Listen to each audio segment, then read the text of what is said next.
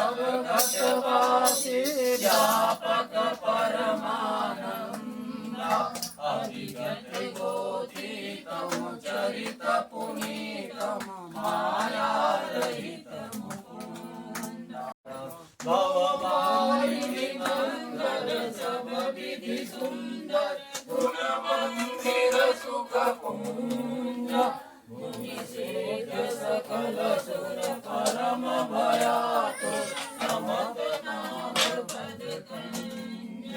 स्वामी नमः। इस हविष्यान अर्थात पायस को जिसको जैसा उचित हो वैसा भाग बनाकर बांट दो।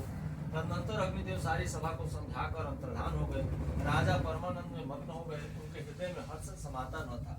उसी समय राजा ने अपनी प्यारी पत्नियों को बुलाया। कौशल्या आदि सब रानियां वहां चली आई। राजा ने पायस का आधा भाग कौशल्या को दे दिया और शेष आधे के 2 भाग किए। उसमें से एक भाग राजा ने कैकेयी को दिया। शेष जो बच रहा उसके फिर 2 भाग हुए और राजा ने उनको कौशल्या और कैकेयी के हाथ पर रखकर अर्थात उनकी अनुमति लेकर और इस प्रकार उनका मन प्रसन्न करके सुमित्रा को दे दिया। इस प्रकार सब स्त्रियां गर्भवती हुई। वे हृदय में बहुत हर्षित थे। उन्हें बड़ा सुख मिला।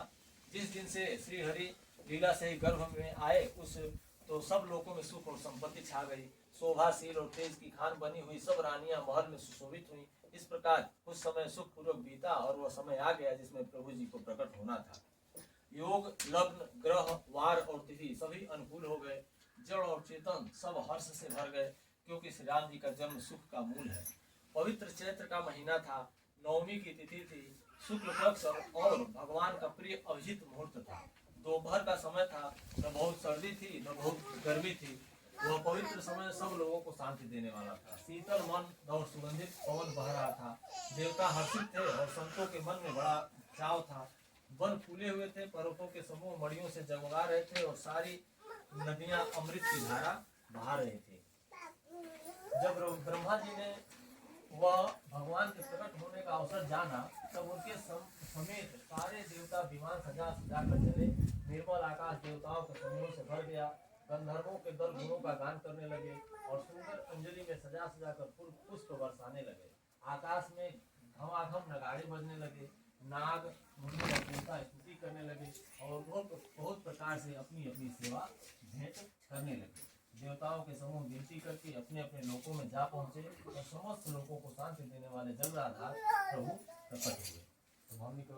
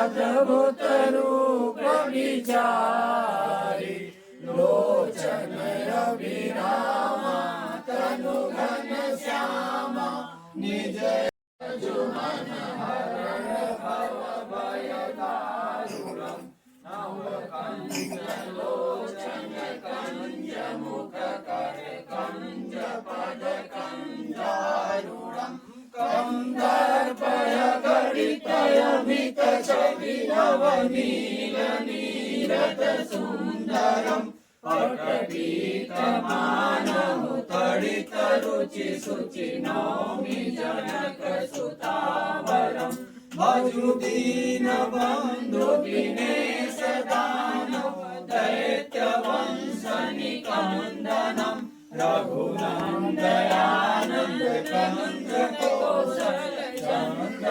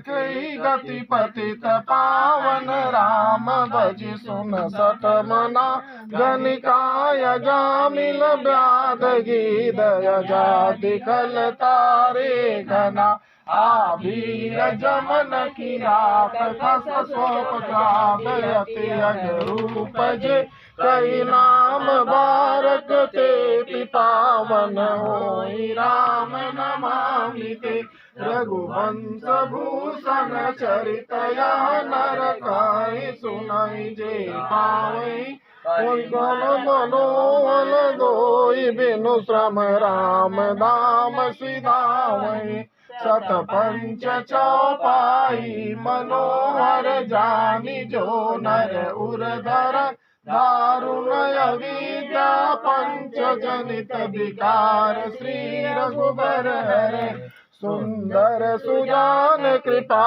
निधान अनाथ पर कर प्रीति जो सोए रामय काम हित निर्माण प्रभु समान को जाकी कृपा लवलेश ते मति मंद तुलसीदास पायो परम विश्राम राम समान प्रभु नाही कहूँ हो समदीन दीन हित तुम समान रघुवीर अस विचारी रघुवंश मणि हरहु विषम भवभीर नारी प्यार जिमि लोभी प्रिय जिमिदान सिमि रघुनाथ निरंतर प्रिय लागहु मोहि राम रामायण जी की तीरति कलित ललित प्रियति की गावत ब्रह्मादिक मुनि नारद वाल्मीकि ज्ञान विशारद सुख सनकादि सरु सारद अरनि पवन सुत कीरति नीति आरती श्री रामायण जी की कीरति कलित ललित प्रियति की गावत वेद पुराण जन को रस मुनि जन धन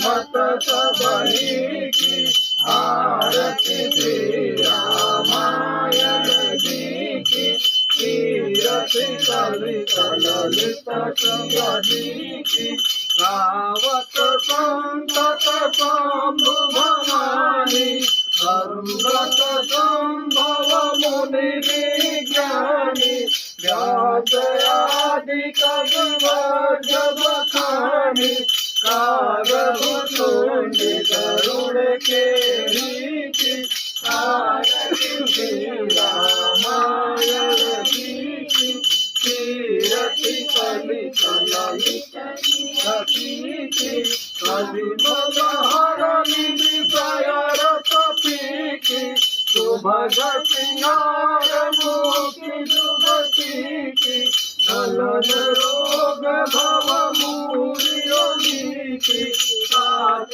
मात सब विधि तुलसी की आरती श्री रामायण जी की कीरति कलित ललित प्रियति की आरती श्री रामायण जी की कीरति कलित ललित प्रियति की आरती।